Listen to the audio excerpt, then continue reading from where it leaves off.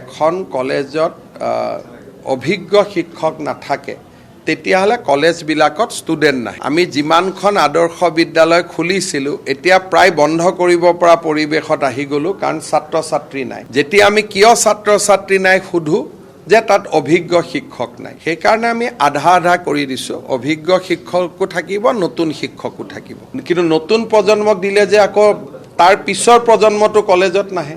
সমস্যাটোতো চবফালে চাব লাগিব না। আমি নতুন প্ৰজন্মক দিলোঁ, কিন্তু নতুন প্ৰজন্মৰ পিছৰ প্ৰজন্মটো কলেজত নাহে। সেইকাৰণে অভিজ্ঞতাৰ মূল্যটো আমাৰ সমাজত সদায় আছে। নতুন আৰু পুৰণা দুইটাৰ সংমিশ্ৰণতহে সমাজখন চলে।